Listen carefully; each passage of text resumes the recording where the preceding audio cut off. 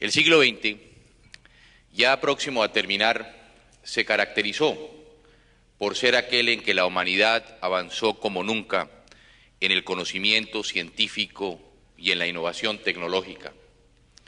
Pero a la vez, jamás como en estas décadas, la especie humana fue testigo de su capacidad de destruirse a sí misma y a su propio entorno, al grado de llegar a predecir de que el hombre, que fue el último en llegar a la Tierra, será el primero en abandonarla, como sostenía Maurice Maeterlinck. Ambas experiencias y ambas evidencias nos permiten transitar hacia un nuevo milenio, conscientes de que la posibilidad que nuestra especie vea su final depende de lo que hagamos hoy para asegurar la obtención del desarrollo humano sostenible. Sabemos que asuntos como el progreso, el crecimiento poblacional, la justicia social, los derechos humanos y el ambiente solo pueden ser debidamente comprendidos y atendidos desde una perspectiva integral e integradora. Cuando se les quiere analizar aisladamente, indefectiblemente quedan amenazados. Barry Commoner sostenía que cuando se persigue el origen de uno cualquiera de los problemas del medio ambiente, salta a la vista una verdad ineludible. Las causas radicales de esta crisis no las hallamos en la interacción del hombre y la naturaleza, sino en la interacción de los hombres entre sí. Esto es, que para resolver la crisis del medio ambiente hay que dejar resueltos los problemas de la pobreza, los problemas de la injusticia racial y el de la guerra, que la deuda que tenemos contraída con la naturaleza, que es la medida de la crisis ecológica, no puede ser asumida persona a persona, usando envases reciclables o poniendo en práctica hábitos ecológicamente sanos, sino que hay que liquidarla con la vieja moneda de la justicia social. En suma, que la paz de la naturaleza debe antecederle una paz de los humanos. Los problemas de la naturaleza adquirieron un contexto global, incumben a la humanidad toda. Si en algo concebimos que el planeta Tierra es uno solo, es en la necesidad que se nos impone de protegerlo, especialmente de nosotros mismos. En la protección de la naturaleza no puede haber ricos o pobres. Se trata de una tarea común en la que no se puede actuar con criterio restringido. No es un asunto limitado a la competencia de las naciones o de las regiones o de los continentes. Es impostergable revitalizar la cooperación internacional, transferir los recursos financieros adecuados y suficientes hacia los países en desarrollo y permitir el acceso preferencial de estos últimos a las tecnologías modernas y ambientalmente sanas. Esa cooperación debe traducirse asimismo en transferencia de conocimientos, de experiencias, de capacitación, de suerte que nuestros países puedan adecuar sus instituciones a las nuevas exigencias del desarrollo sostenible. Los países en desarrollo, y especialmente aquellos que, como el caso de Colombia, poseen una gran riqueza en biodiversidad, tienen la obligación ineludible de participar activamente en la creación y desarrollo del nuevo derecho internacional ambiental. De lo contrario, corremos el grave riesgo que la normatividad sobre esta materia sea expedida desde los organismos financieros internacionales con criterios que no siempre pueden ser justos ni acordes con nuestra propia realidad, pero que en muchas ocasiones obedecen a conceptos impuestos por los países más fuertes en detrimento de nuestras propias economías. Solo de esa manera lograremos construir una verdadera y eficaz asociación para el desarrollo sostenido. Cooperación y no confrontación debe ser la base para el diálogo sobre la importancia ecológica. En este tema hemos avanzado de manera muy importante durante las pasadas conferencias internacionales y de manera particular en la cumbre de Río de Janeiro. No obstante, ante nosotros existen aún retos inmensos e incluso nuevas situaciones extremadamente graves que nos indican de manera implacable que no importa cuánto hemos caminado, la meta está aún muy lejana. En efecto, es abrumador saber que el 40% de los habitantes del mundo viven en condiciones de extrema pobreza. Los bajos niveles de salubridad y los altos niveles de morbilidad infantil que se registran en muy diversas regiones del planeta son insoportables y deben ofender nuestra conciencia. Para finales de 1999, el planeta tendrá 6.000 millones de personas. De ellas, más de 1.000 millones estarán privadas de las necesidades básicas. Cerca de una tercera parte de la población en los países en desarrollo carecerá de agua potable. 900 millones de niños no tendrán acceso a la educación secundaria y se calcula que unas 1.200 millones de personas carecerán de la vivienda adecuada. El panorama no podría ser más preocupante. Se estima, mientras tanto, que el 20% de la población mundial consumirá casi el 60% del total de la energía y que más del 80% del papel proveniente de los bosques. Ese 20% poseerá cerca del 90% de la flota de vehículos que circularán en el mundo. Durante la segunda parte del siglo XX, la disponibilidad mundial de agua per cápita se ha reducido en más de la mitad. En los últimos 30 años ha desaparecido una tercera parte de nuestra área forestal. La población de peces ha disminuido una cuarta parte. Las especies silvestres se están extinguiendo 50 veces más rápido de lo que hubiera ocurrido en su evolución natural. Esta situación puede superarse mediante una firme y seria voluntad política, manifestada en la auténtica solidaridad global entre todas las naciones. No es este un asunto de caridad o filantropía internacional, es un asunto de supervivencia del conjunto de la especie humana, tal como se reconoció en la Cumbre de la Tierra. El creciente deterioro del medio ambiente nos ha llevado a pensar que el hombre de nuestro siglo es un depredador insaciable de la naturaleza, al que la naturaleza le pasa su cuenta de cobro. Ello nos hace recordar que Dios perdona siempre. El hombre perdona a veces, pero la naturaleza no perdona nunca. Tenemos conciencia del inmenso valor del patrimonio ecológico y la oportunidad científica de obtener su máximo provecho, pero ese provecho depende de que la ciencia se subordine a la ética que favorezca el acceso equitativo a los beneficios de la naturaleza y a la satisfacción de las necesidades humanas básicas. Quiero insistir en que en un mundo donde las ventajas comparativas se basan cada vez más en el dominio de la información y de las nuevas tecnologías, debemos buscar las condiciones para que éstas se pongan al servicio de la erradicación de la pobreza, es decir, una tecnología con rostro humano, como reclamaba Schumacher. Al reflexionar sobre estos desafíos, es necesario reconocer que todos ellos están determinados de manera importante por la distribución mundial del desarrollo económico y tecnológico. Me he referido ya a los países que no tienen la suficiente capacidad de explorar y conocer su biodiversidad y por lo tanto de utilizarla en forma sostenible para beneficio de la humanidad. Y en la otra orilla están aquellos países que tienen los medios tecnológicos, en particular la biotecnología, así como la capacidad financiera para su aprovechamiento. Nuestro deber es tender el puente entre estos dos mundos. Colombia tiene el privilegio de contar con una rica diversidad biológica. En nuestro territorio, cuya extensión es de menos del 1% de la superficie de la Tierra, se encuentra cerca del 13% de la biodiversidad del planeta. Y por increíble que parezca, tenemos el 12% de las especies naturales de todo el mundo. Somos la nación más rica en variedades de anfibios y de aves, la segunda en cuanto a flora, la cuarta en reptiles y la sexta en mamíferos. Un buen ejemplo de esta riqueza lo encontramos en nuestra selva húmeda tropical, considerada mundialmente como una de las zonas más ricas en biodiversidad. Cerca de 2.000 especies de plantas y 100 especies de aves solo se encuentran en este lugar.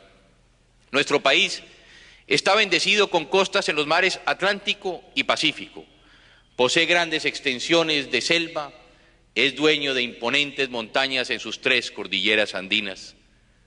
Colombia ha estado a la vanguardia en materia de protección ambiental.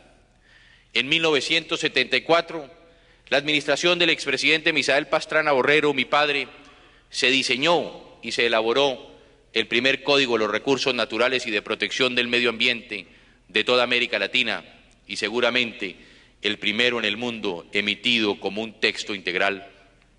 Sus normas se orientaron a impedir las usuales formas de depredación y sobre todo a proteger la naturaleza. Para esos años yo cursaba la universidad y vi con el sentido de anticipación de mi padre en que él me sembró la preocupación por este tema y me condujo a proponer en mi tesis de grado el desarrollo del derecho ecológico en Colombia. Yo estoy convencido de que la calidad ambiental, así como la distribución equitativa de los beneficios que se derivan del uso de los recursos naturales, constituyen pilares fundamentales para la obtención y consolidación de la paz.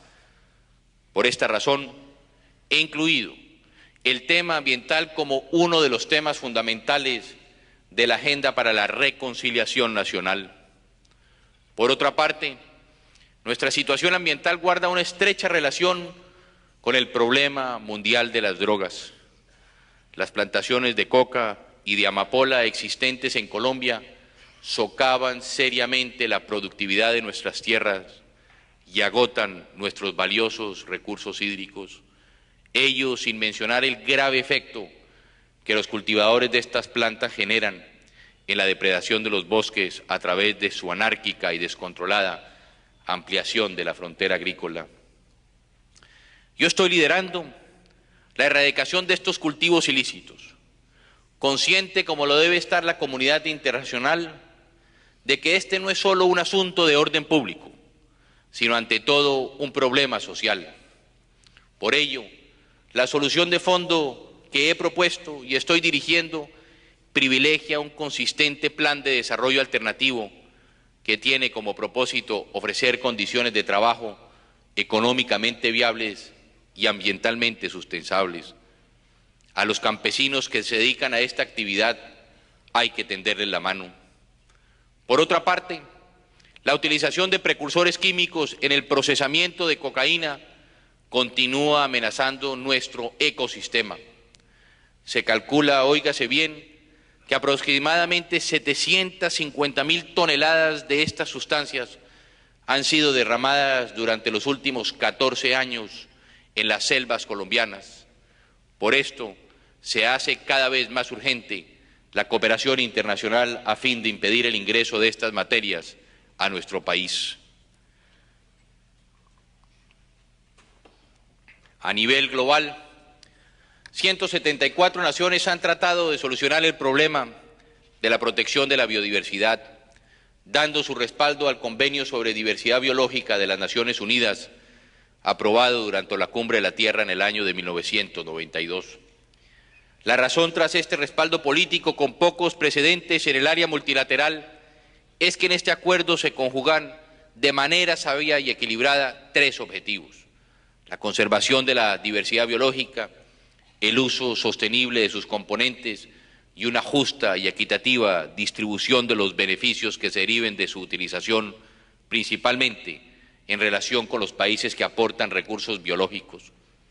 Así como la discusión del protocolo que hoy nos convoca reconoce la importancia del uso de la biotecnología para la conservación y la utilización sostenible de la diversidad biológica, también pone en alerta a la comunidad internacional sobre los posibles efectos adversos que puedan tener los productos de la biotecnología moderna, denominados organismos vivos modificados.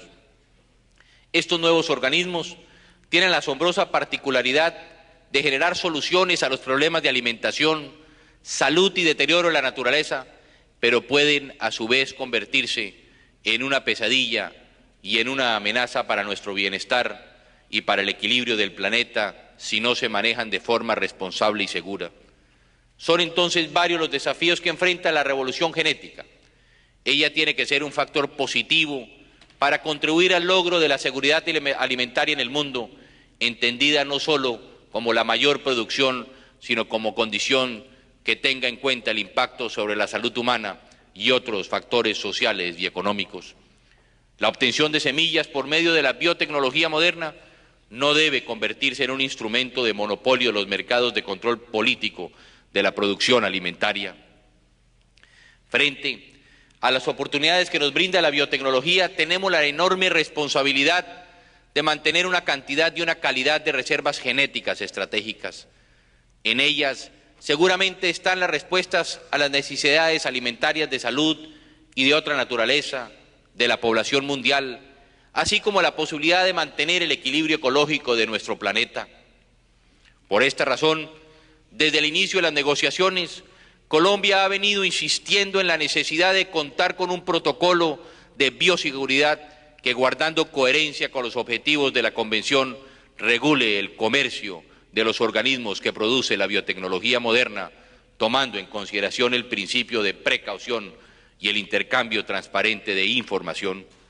Asimismo, insistimos en la necesidad de tener en cuenta una distribución justa de las responsabilidades para garantizar unas condiciones de seguridad adecuadas en el movimiento fronterizo de estos organismos entre los países exportadores y los usuarios de estos nuevos productos.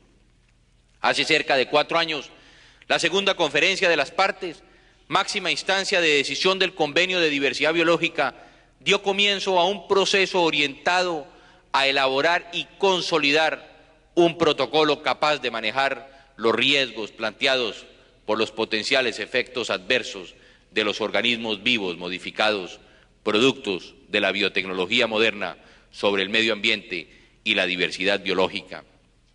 Se creó entonces un grupo de trabajo que, bajo la presidencia del señor Wiet Kostner, ha realizado una impresionante labor a lo largo de las 6 reuniones que han precedido a esta conferencia.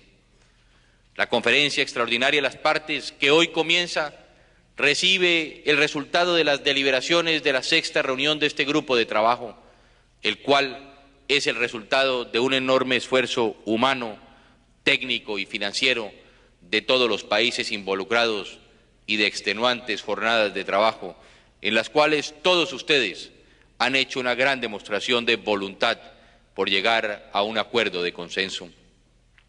La necesidad de establecer una regulación apropiada para el creciente movimiento transfronterizo de organismos vivos genéticamente modificados, que sea aceptable por todos los países del mundo, no da espera. Esta conferencia tiene, por lo tanto, frente a sí la responsabilidad de dar los pasos finales en este proceso de concertación que nos permita en muy breve tiempo contar con dicho instrumento.